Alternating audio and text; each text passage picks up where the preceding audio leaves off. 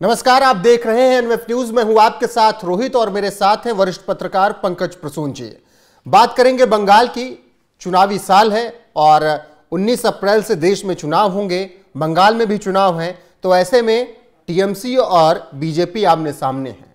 बंगाल का जो दस्तूर रहा है वो एक बार फिर से देखने को मिल रहा है, क्योंकि टीएमसी पर गंभीर आरोप लग रहे हैं। बीजेपी की जो हुबली से उम्मीदवार हैं लॉकेट चटर्जी, उन्होंने कहा है कि मां काली की पूजा करके मैं लौट रही थी और उसी वक्त मेरे ऊपर हमला हुआ, मेरे कार में घुसने की कोशिश की गई और इसमें टीएमसी के गुंडों का हाथ था। पंकज जी, पहले एक बार थोड़ा खबर बताइए और फिर बताइए कि बंगाल में चल क्या रहा है अगर ये आरोप जो लॉकेट चटर्जी लगा रही हैं। देखिए रोहित, जैसा आपने बताया, ये लॉकेट चटर्जी हुगली से उम्मीदवार हैं भारतीय जनता पार्टी की, और हर दिन चुनाव प्रचार करने के बाद वो मां काली के मंदिर जाती है, वहां से पूजा कर लौटती हैं। शनिवार की यह घटना है। शनिवार को जब रात 9 साढ़े 9 बजे ये लौट रही थी तो उसी वक्त इनके काफिले पर हमला हुआ और शुरुआत विरोध प्रदर्शन से हुआ। कुछ लोग ऐसे थे जिन्होंने बड़े बड़े डंडे में काला झंडा लगा के रखा था और उन्होंने काफिले को रोकने की कोशिश की। और उसके बाद ये जो लॉकेट चटर्जी थी अपनी गाड़ी में थी, तो इन्होंने पुलिस को फोन करने की कोशिश की। पहले फोन भी किया और वीडियो बनाने लगी उस विरोध प्रदर्शन का।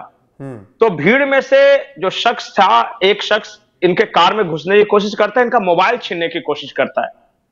फिर लॉकेट चटर्जी का जो ड्राइवर है किस तरह उस शख्स को धक्का देता है और गाड़ी को के शीशे चढ़ाकर वो लॉक कर लेता है।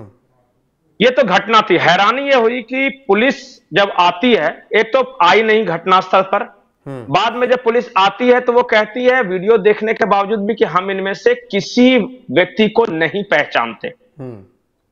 लोकल लोग हैं, पुलिस वहां की है, लेकिन किसी को नहीं पहचानते। जबकि उस इलाके में रहने वाला हर आदमी जानता है कि शिल्पी चटर्जी एक हैं और एक है वार्ड लेवल का टीएमसी का नेता है, नाम है रंजीत। हाँ, रंजीत। वो उस भीड़ में शामिल था और दिख रहा था। और इसके अलावा और भी कुछ लोग थे, लेकिन पुलिस इनमें से किसी को नहीं पहचानती। Typical Bengal style. मतलब कि मैं चाहता हूं कि दर्शकों की जानकारी के लिए आप ये वीडियो को पूरा दिखाएं, जिसमें कैसे वो प्रदर्शन कर रहे हैं, कैसे इनके गाड़ी के बोनेट पे मार रहे हैं, लॉकेट चटर्जी वापस जाओ कह रहे हैं, इन्हें खींचने की कोशिश कर रहे हैं। पुलिस कंप्लेंट करने का मतलब है बंगाल की अगर टीएमसी के खिलाफ हो तो पुलिस उनमें से किसी को नहीं पहचानती। नहीं, अभी वीडियो दिखाएं पंकज जी, वीडियो दिखाएंगे, लेकिन उससे पहले मुझे ये बताइएगा, ये जो आपने जिक्र किया टिपिकल बंगाल वाला वो बात कही, क्या है ऐसा बंगाल में? टिपिकल बंगाल में मैंने कई वीडियोज में ये बताया है कि Bengal police is extended part of TMC cadres. TMC का एक्सटेंशन ही बंगाल पुलिस है और कई मौकों पर इस तरह की बातें देखी गई है। जैसे संदेशखाली में बंगाल पुलिस को कुछ नहीं पता था। ये जब ये शेख शाहजहां फरार हुआ और जब तक अदालत की फटकार नहीं पड़ी तब तक बंगाल पुलिस उनसे नहीं ढूंढ पाई। जब चारों ओर से प्रेशर आया और कलकत्ता हाईकोर्ट ने यह कहा कि अगर आप नहीं पकड़ते और अगर 24 घंटे पेश नहीं किया जाता तो मामला हम ईडी और सीबीआई को दे देंगे, तब अचानक बंगाल पुलिस को मिल जाता है वो शेख शाहजहां। अब ये लोकल स्तर पे बताइए, इतनी सारी भीड़ है, इतना विरोध प्रदर्शन हो रहा है, हम बता रहे हैं कि टीएमसी के नेता जो वो शिल्पी चटर्जी थी उसके बारे में लॉकेट चटर्जी बता रही हैं, रंजीत उसका नाम ले रही हैं, उसके अलावा सारे चेहरे हैं वो वीडियो में साफ साफ दिख रहे हैं। इसके बावजूद लोकल बंगाल पुलिस को इनमें से किसी के बारे में नहीं पता। चुनाव कराना चाहिए, और उपाय क्या है? लेकिन अगर स्थानीय पुलिस मदद नहीं करेगी तो किसी भी नेता के पास स्कोप क्या बचता है? मजबूरन उन्हें चुनाव आयोग में शिकायत दर्ज करानी पड़ेगी। जी, अभी वो पूरा वीडियो दिखाएंगे थोड़ी देर में। लेकिन जिस तरीके से आप देखिए, शाहजहां का चाहे मामला हो, शाहजहां शेख वाला मामला चाहे वो पब्लिक से पुलिस वालों का भिड़ना हो, या फिर पीछे चले जाए जब केंद्र सरकार को एक्शन लेना पड़ा, डीजीपी साहब ममता बनर्जी के साथ बैठ गए, तो क्या पंजाब का यही दस्तूर है कि सब कुछ दीदी के ही इशारे पर चलेगा, चाहे प्रशासन हो चाहे जो? रोहित, आप हाई प्रोफाइल मामलों की बात करें जहां मीडिया कवरेज हो गया और ऐसे मामलों में अगर बंगाल पुलिस ने कोई एक्शन नहीं लिया है तो आप सोच सकते हैं कि वो हजारों अज्ञात मामले जहां टीएमसी का कैडर हो वहां क्या हो।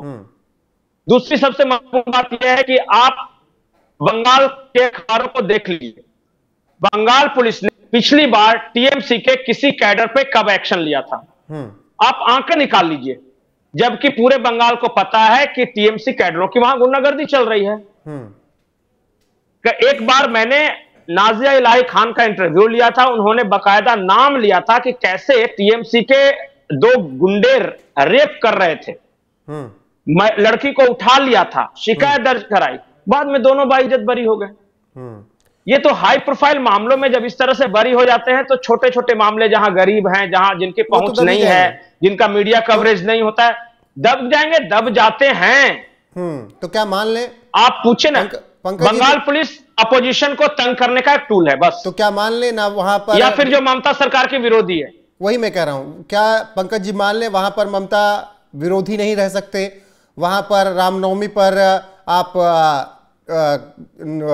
जय के नारे नहीं लगा सकते, वहां पर आप जुलूस नहीं निकाल सकते हिंदू, क्या बंगाल में ममता बनर्जी की मनमानी चलेगी? मैं एक और महत्वपूर्ण बात कहता हूं, अगर पत्रकार कवरेज के लिए जाता है तो क्या उसको धमकी इसी तरीके से मिलेगी कि बहुत से हादसे होते हैं, कभी एक 8 ट्रक का हादसा मिथुन चक्रवर्ती की फिल्म की तरह हो सकता है किसी के साथ?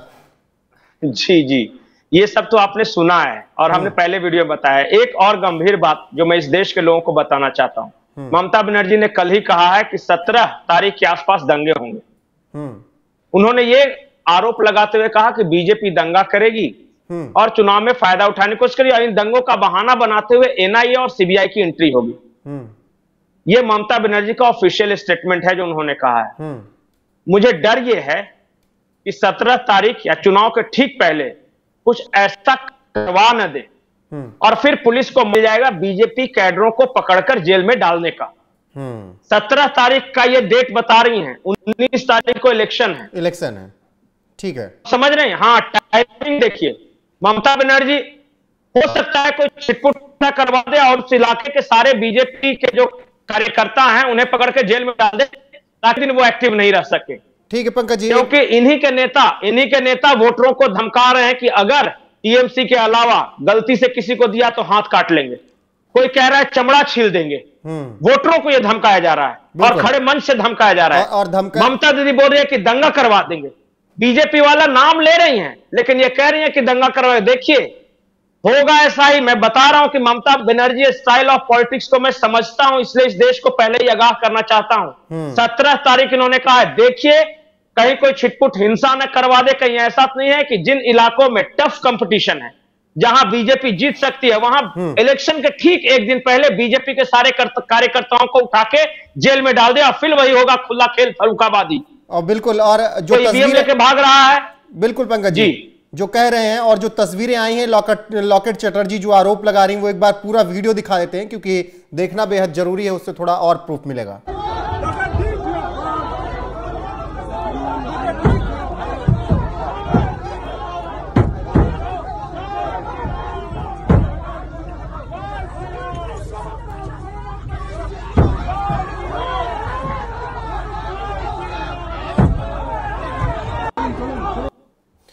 हम तो यही उम्मीद करेंगे कि ऐसी तस्वीरें फिर ना आए पंकज जी।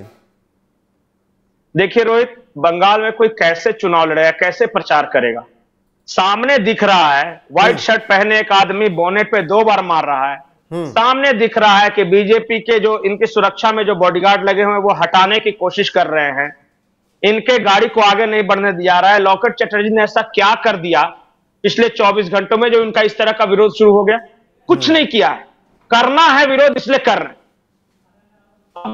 डराने धमकाने की कोशिश नहीं और क्या है? ठीक है, आप बताइए, अगर कोई सीधा और शरीफ उम्मीदवार हो जो पढ़ा लिखा हो, इन रिश्तों में पड़ेगा क्या? वो ऐसा वोटर जिसके को परिवार पालना हो, जो में रहना, वो क्यों जाए वोट देने? बिल्कुल, ये टीएमसी के गुंडों के हवाले वो शहर करने की कोशिश है या नहीं? बिल्कुल, और जिस तरीके का माहौल दिख रहा है बंगाल में वो बेहद चिंताजनक है, बेहद भयावह है। लॉकेट चटर्जी ने जिस तरीके से आरोप लगाए हैं, चुनाव आयोग में शिकायत भी दर्ज करा दी है। बाकी बंगाल की पुलिस का क्या हाल है, पंकज जी ने बखूबी बताया। अब देखते हैं कि सच्चाई क्या कुछ निकलकर सामने आती है। बाकी ममता बनर्जी जिस तरीके से बयान दे रही हैं, पंकज जी उस पर क्या कुछ कह रहे हैं? हाँ बताइएगा। मैं एक और बात कहना चाहता हूं कि इस बार इलेक्शन बंगाल पुलिस नहीं करवानी चाहिए, क्योंकि देखिए बंगाल पुलिस का हम पिछले महीनों से एक्टिविटी देख रहे हैं। मेरी अपील है, गुजारिश है चुनाव आयोग को कि हर बूथ पर अर्धसैनिक बल तैनात किए जाएं और यह सुनिश्चित किया जाए कि लोग फ्री एंड फेयर इलेक्शन वहां पे हो सके। इस बार बम ना चले, इस बार किसी महिला को जिंदा जलाकर पेड़ से नहीं लटकाया जाए, इस बार किसी बीजेपी के कार्यकर्ताओं के हाथ और पांव नहीं काटे जाने चाहिए। यह चुनाव आयोग की सुनिश्चित करना, और सिर्फ चुनाव के दिन नहीं, क्योंकि जैसे ही अर्धसैनिक बल चले जाते हैं उसके बाद इनका नंगा नाच शुरू होता है, डराने धमकाने का सिलसिला रहती है। कई बार कार्यकर्ता मारे जा चुके हैं, सैकड़ों की संख्या में कार्यकर्ता मारे जा चुके हैं। ये लोकतंत्र नहीं है, ये गुंडा तंत्र है और इसे रोकना ही होगा अगर देश का भला चाहते हैं तो। बिल्कुल, और भलाई इसी में है कि बंगाल में कम से कम एक चुनाव तो शांति से हो जाए। उम्मीद यही कि जो 19 तारीख से चुनाव शुरू हो रहे हैं उसमें बंगाल पर सबकी नजरें रहेंगी और पूरा देश यही मना रहा है कि अब की बंगाल में बमबाजी ना हो, हिंसक घटनाएं ना हो और शांति से चुनाव निपट जाए। बाकी परिणाम जो होगा 4 जून को आएगा ही। फिलहाल लॉकेट चटर्जी के आरोपों पर जांच चल रही है। जो भी आरोप में निकलकर सामने आएगा वो आप तक जरूर पहुंचाएंगे। एनएमएफ न्यूज पर आपका जुड़ने के लिए बहुत बहुत शुक्रिया और इस खबर पर आपकी राय क्या है कमेंट में जरूर बताइएगा।